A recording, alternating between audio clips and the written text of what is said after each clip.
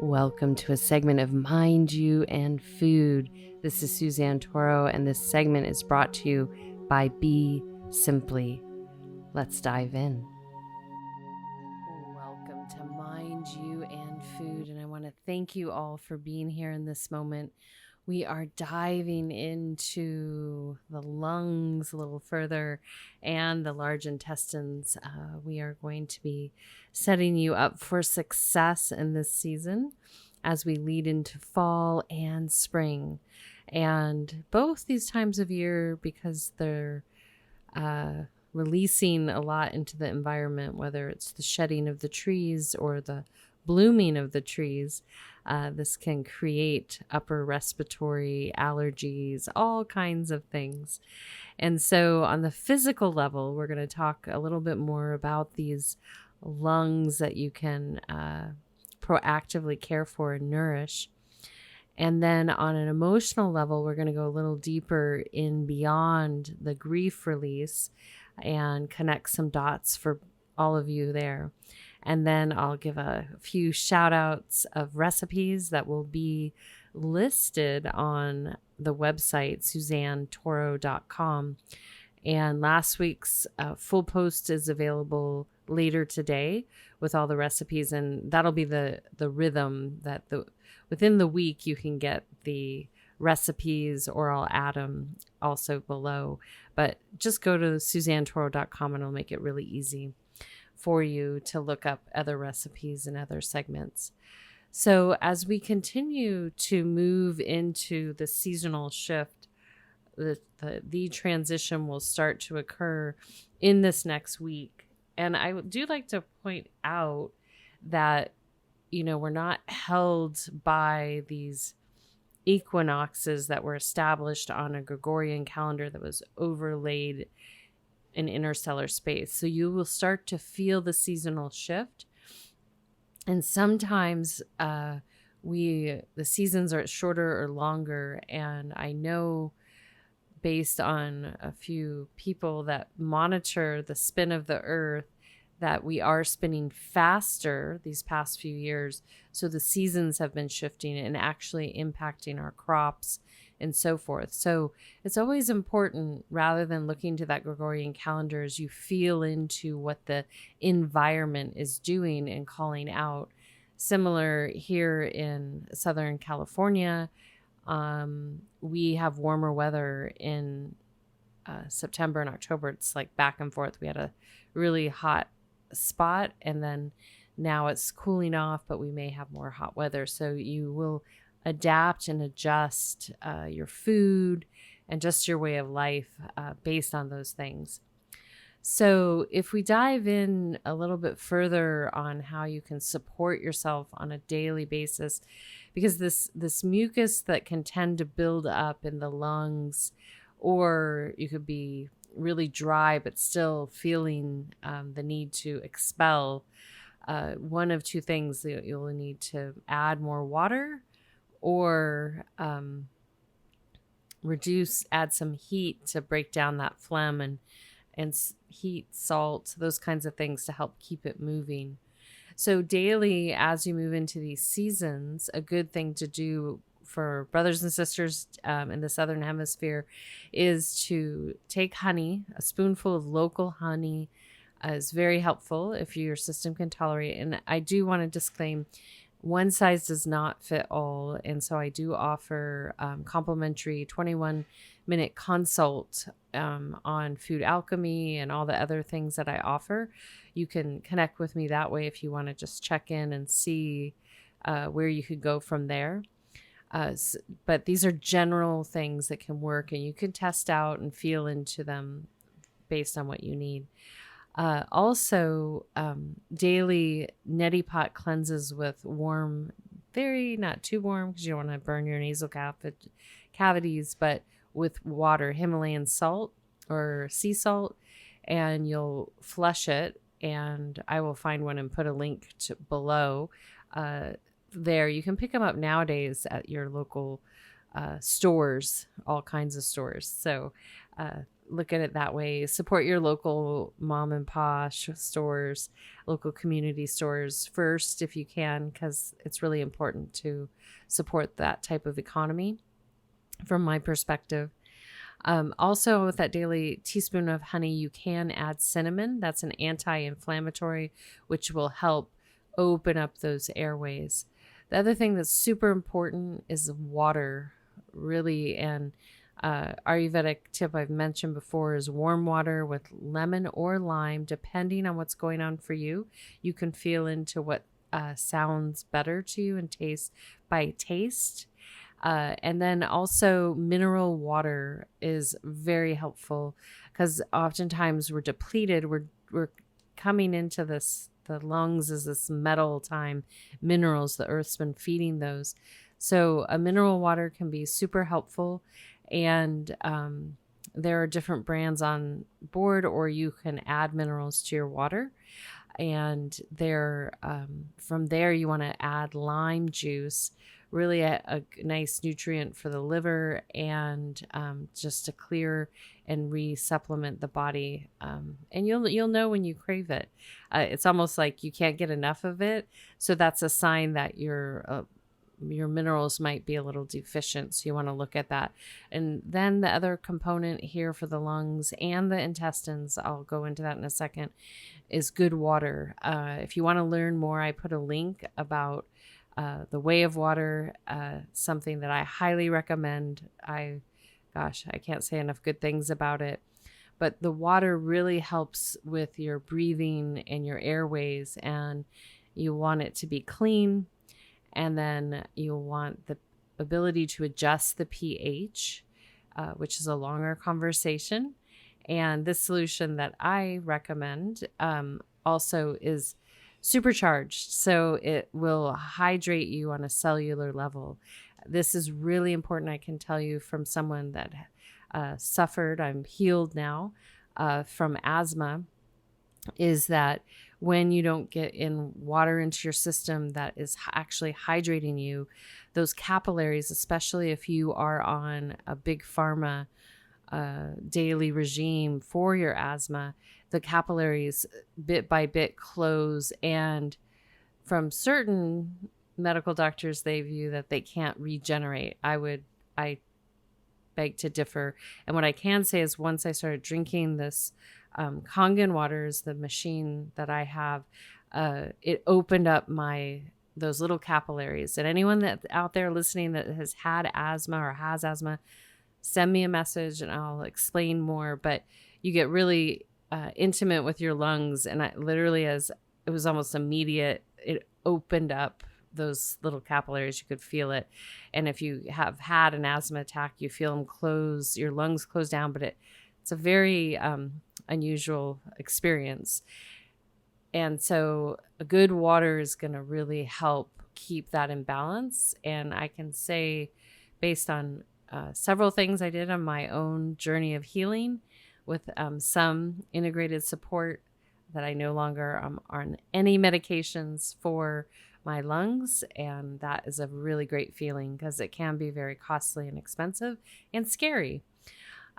So with that being said, the part, as I mentioned last week, is that we suppress grief and hold it in our lungs. And this can cause these conditions, lung conditions, from cancer to asthma to other breathing conditions, and it can impact our large intestines.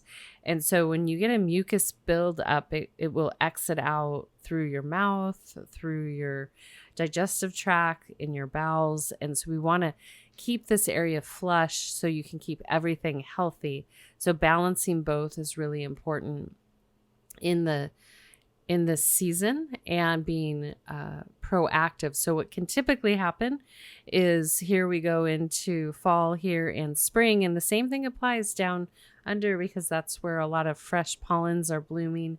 You want to be proactive with this. That's why sometimes people can get late spring or early summer sinus infections and all that, and that affects your upper respiratory.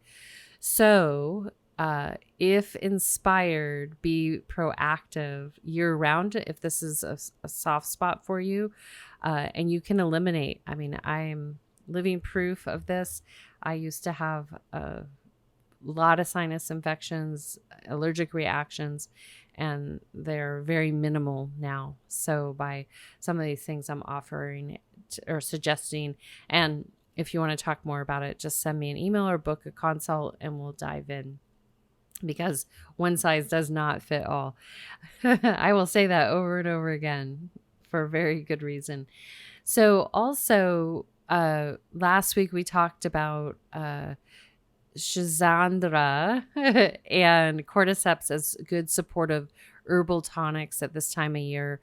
The other one that we're going to talk about is the turkey tail mushroom. And what I love about these mushrooms is they nourish on so many different levels. And so the fungi kind of repattern things. And this one, which is interesting, grows on the evergreen pines, which also is very helpful. I have a rub recipe below for you to put on your chest.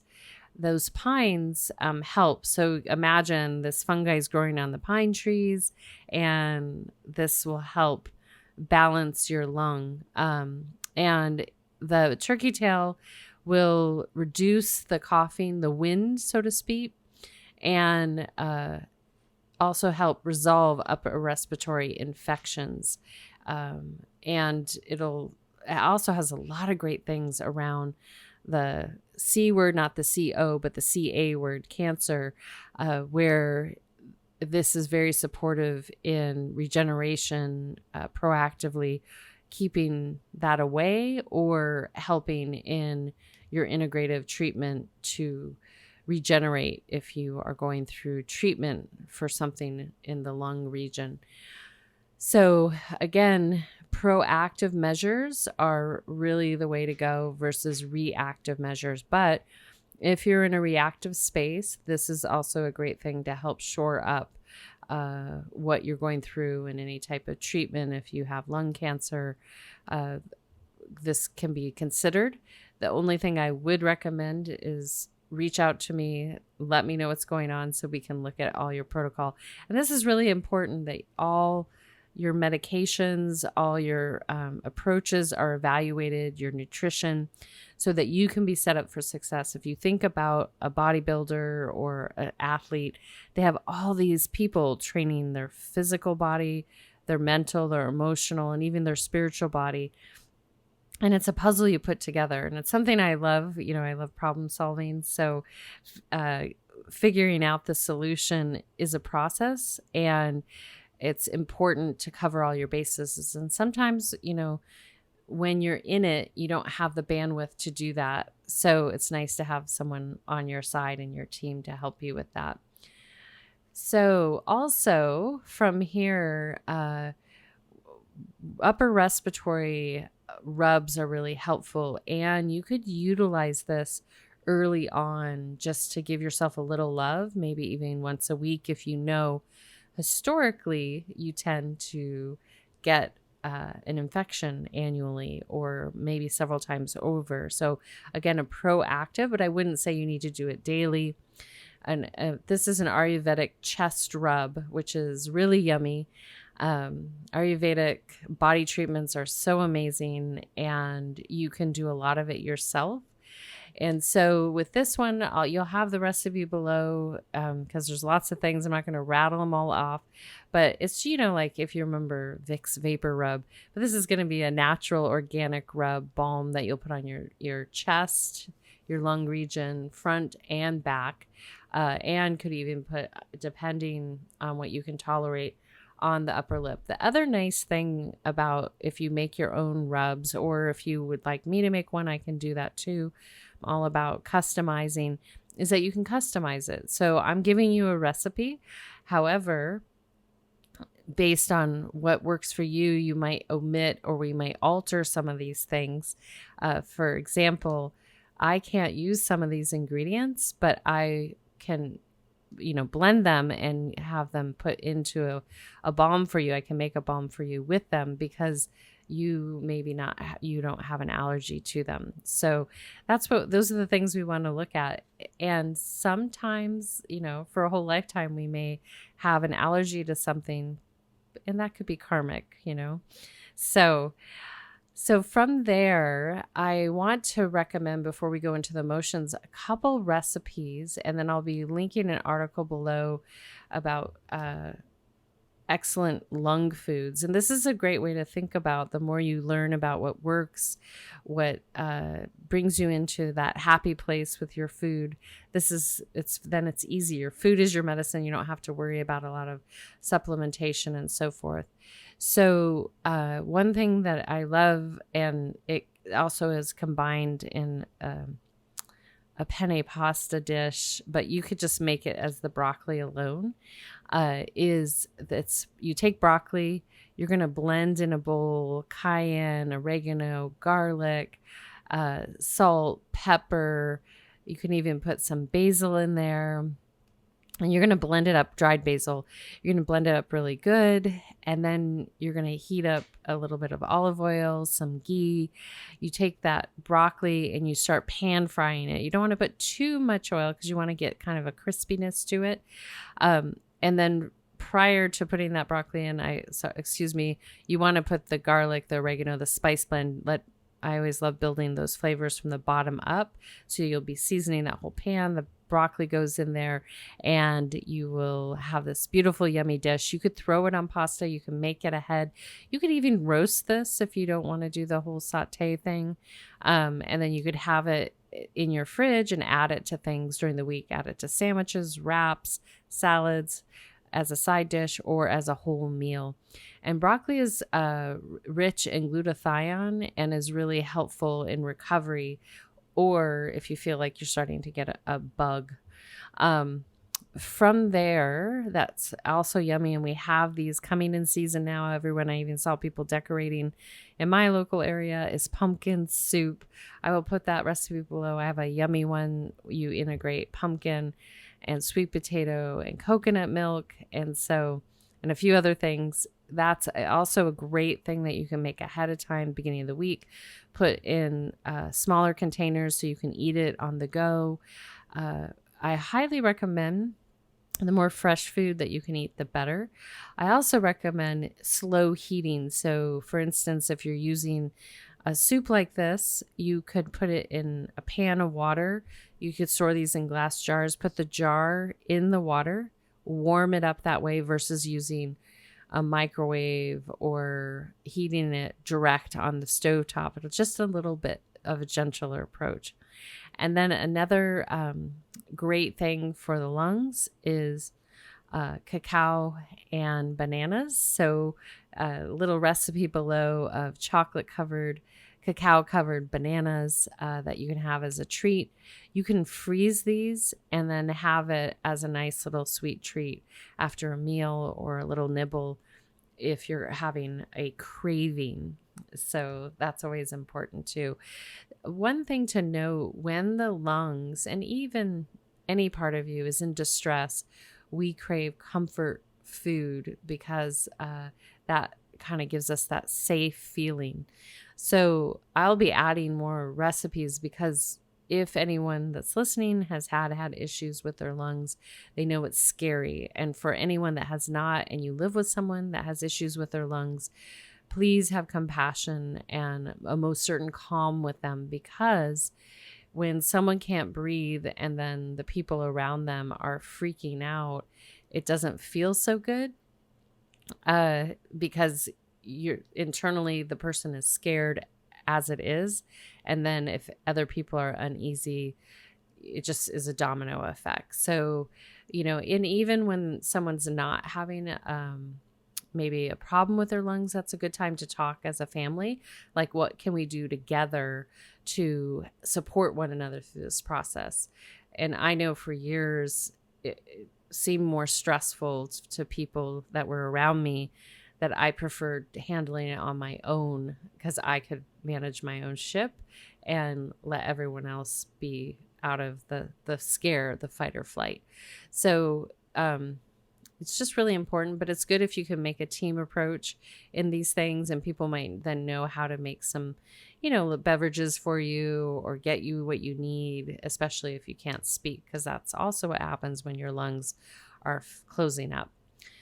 So the last thing I want to close on is that the grief that can get stored, really suppressed down. I was talking today with a student of mine about this, is that when we suppress grief, what will happen, and this is why they say in the process of grief to anger, is that you reach out and can actually avoid the grief part, meaning the grief release, which is healthy, like a good cry.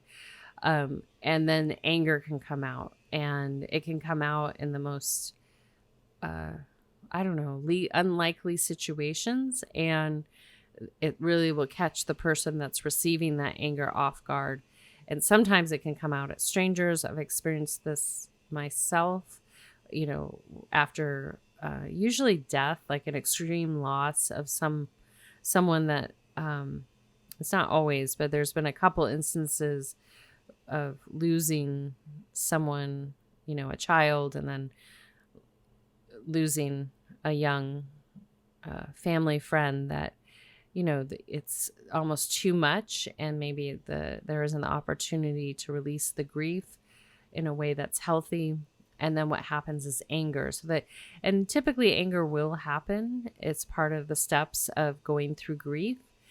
And so what can happen, I point this out because how I work is all things are psycho-spiritual in healing. So if we don't heal the psycho-spiritual, we can do all these things I'm recommending, but if you're evading the psycho-spiritual, then you actually will keep repeating it till you heal on a deeper level. And that was true with me with asthma until I decided, I'm ready to address this thing. And it can be scary because sometimes it's coming from before here, meaning maybe you didn't get to make peace in your previous lifetime. And so it's here, and it ripens when it's time by conditions in your life.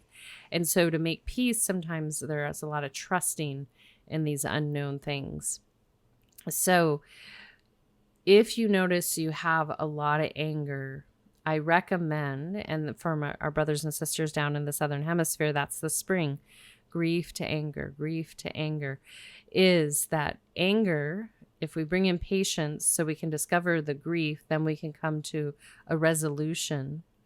And actually our heart energy can help us find joy and peace. So it's important during this season just to really take an evaluation, not only of where you might be holding unresolved grief, but where you have unresolved anger.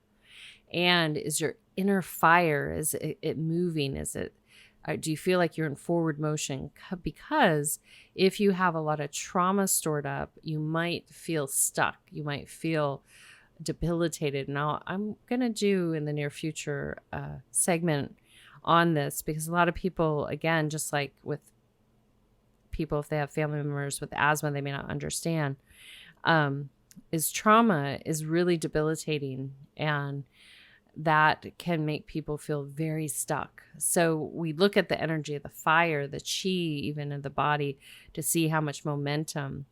And so a simple, fun way to know, like if you're walking into grief, like there's no avoiding it. You've lost someone, you're ending a relationship, lots of different things. You might be having to move someplace, all different kinds of things. That this is a time to say, okay, I'm going to welcome myself to do a grief release, meaning as it rises up naturally, allow myself to cry, let it out, and let go.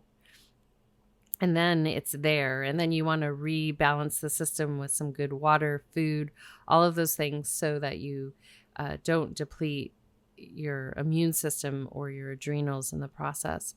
And the other beautiful helpful tip is to look for joy. And this is something that really beautifully happens after someone passes, usually at the services, is people share all the best about the person that's passed. And so that joy will help you through your sorrow. It'll help you remember the parts that you want to be there to lift you up. And that will feed your inner fire. In addition, that will help the situation, no matter if it's, death, or it's a relationship ending or a work situation, whatever it might be, that joy will help you. What also that'll do is that will take that anger and welcome it into patience, welcome it to even be patient with the person as they heal and come back into peace. Because beyond that grief, we get to a place of peace and acceptance, if you will. So as we sign out, I want to thank you for being here today. We're going to exit out with a little bit more of Kadri Scott. I'm going to put Be Aware on from her recent album. And with awareness, we can be our best advocate and person that's in forward motion with maintaining balance in our life. So until next time, this is Suzanne Toro signing out with a full heart, a soft gaze, a deep bow, and a namaste. Be simply. Once again, I want to thank you for tuning into this segment of Mind You and Food. And as inspired, connect to the links below. Don't hesitate to reach out. And I am happy to support you on your journey of balance and well-being here on planet Earth.